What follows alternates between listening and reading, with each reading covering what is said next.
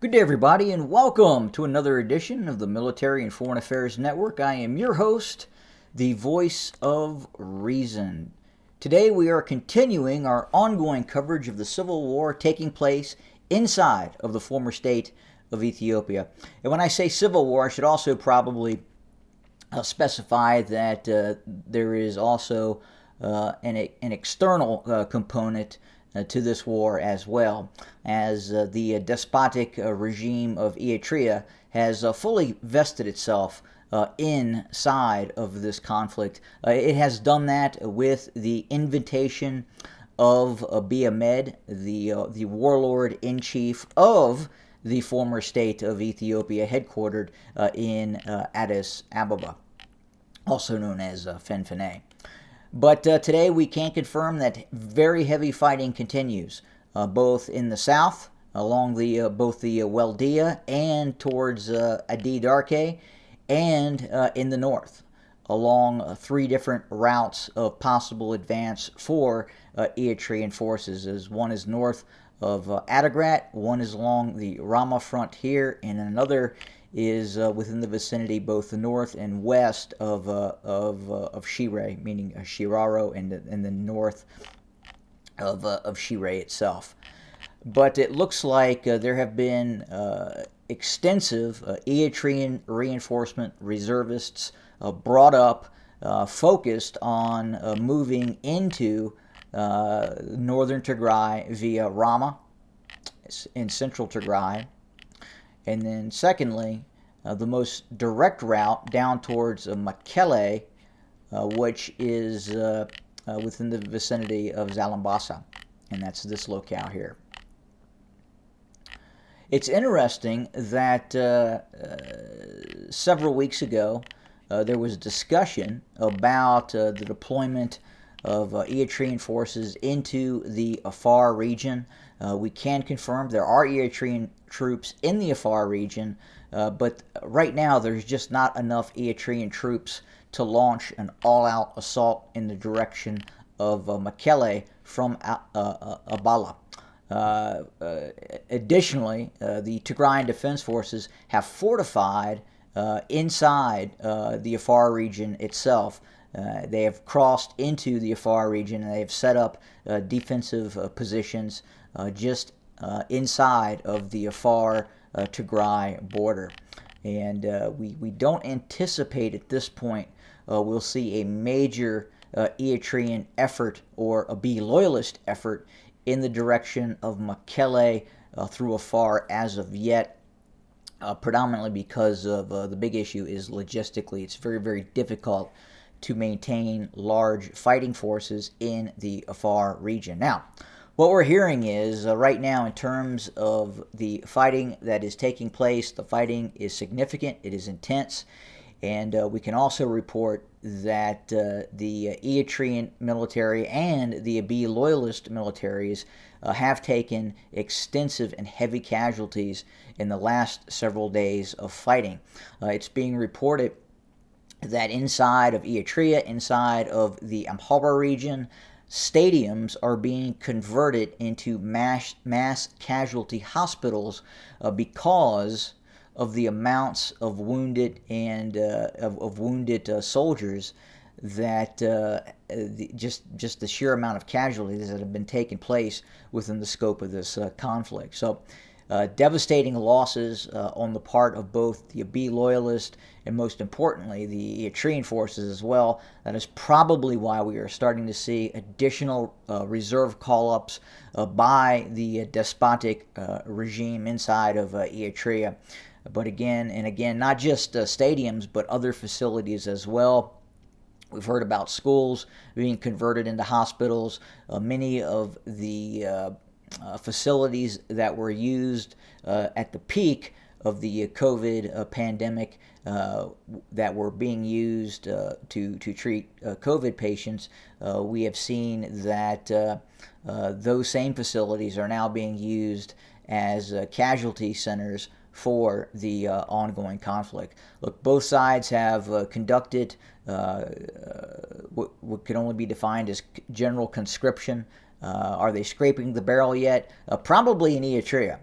Are they scraping the barrel down south in the Amhara region? We haven't seen any sign of that yet, but at the same time, it is not as easy as it was to get conscripts or volunteers to partake in the ongoing conflict.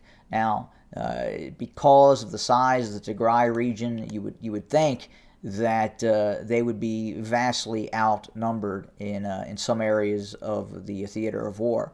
But on the contrary, we have actually seen, because of the mobilization efforts by the Tigrayan Defense Forces, in some areas they're able to bring more manpower to bear against the Abiy loyalist forces at times than in essence, essentially, outnumber Abiy loyalist forces in some areas because of the mobilization. And again, you're looking at well over 200, possibly up towards 300,000 personnel mobilized by the Tigray region. Some sources indicate it could be as high as 350,000, if not more, personnel that have been mobilized, and that's quite a feat considering a 6 million person population base inside of the Tigray region. But that is kind of what we're seeing right now, and really just in terms of the why behind some of these military defeats and setbacks and some of these high casualty rates by the Abiy loyalist forces. It's simply that by and large, the Abiy loyalist forces fighting both in Eritrea to a lesser extent, and then obviously where their main forces are involved, which is Western Tigray and the northern Amhara region facing off against southern Tigray. Again, those forces appear to be fairly incompetently led. The leadership quality and the ability to conduct, especially infantry maneuver operations in the theater of war right now, have been subpar for these, especially the Abiy loyalist forces. The actual ENDF, the Ethiopian National Defense Forces, have really proven to be, again, rather incompetent. And it's really showing on the battlefield. We have seen continued military defeats and setbacks. It would have seemed that once the Abiy loyalist forces were able to seize control of it, and this is just an example of a DRK, that given the nature of a DRK, it sits on top of a mountain, and very, very difficult city to assault.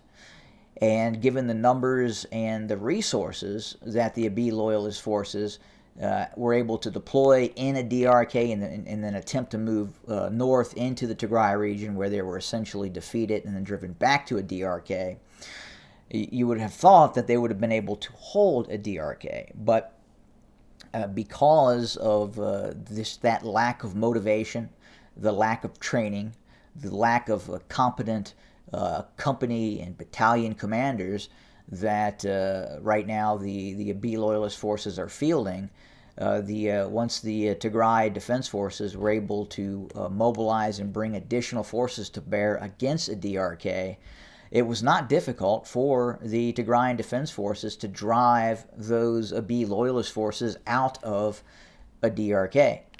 And now, while we're not seeing, again, as I talked about in the previous issue, that the Tigrayan Defense Forces are attempting to capture major swaths of territory, they are in fact looking to defeat the field armies of both the Eritrean army and the Abiy loyalist army, and we're kind of seeing that day by day right now. Again, massive casualties are being reported by both Eritrean forces and the Abiy loyalist forces, and we can expect that quite possibly this will continue for some time.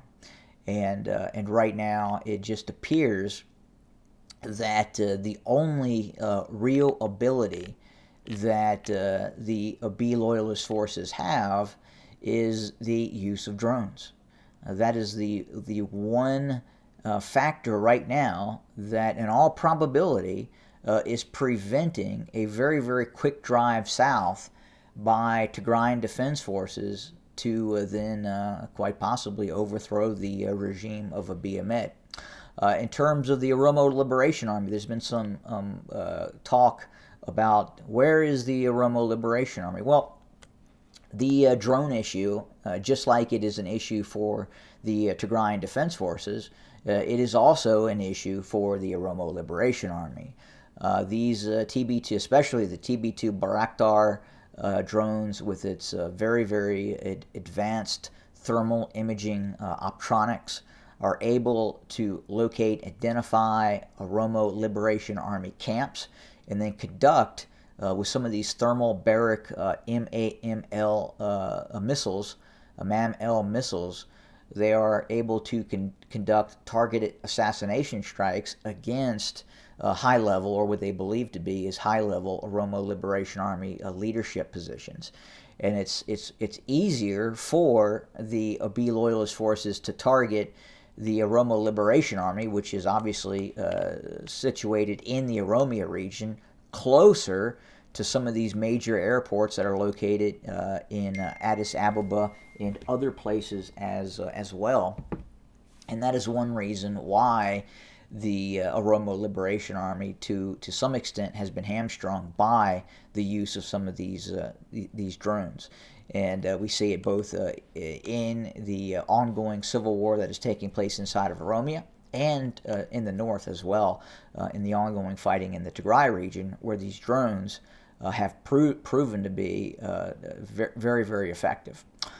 And now the big question is the Abiy Ahmed regime going to continue to get a well-stocked, fully supplied drone force supplied to them by the Turks, given all these other conflicts that are going on? I mean, obviously you have Armenia fighting Azerbaijan.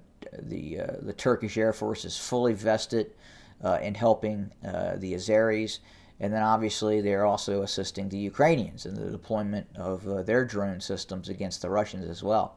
So the Turks do not have an infant supply of drone systems and more importantly precision guided missile systems that they can just keep handing over to the Abiy Ahmed regime. So probably not going to be as big as an issue as it was in some of the earlier campaigns as of today, but we'll have to see how that kind of pans out. But again, right now, heavy fighting continues. As soon as we get more information about what is happening on the ground, how things are looking, we will of course provide more information. But that does it for today. Again, thanks for joining us. We'll have more to come very, very soon. And as always, have a good day.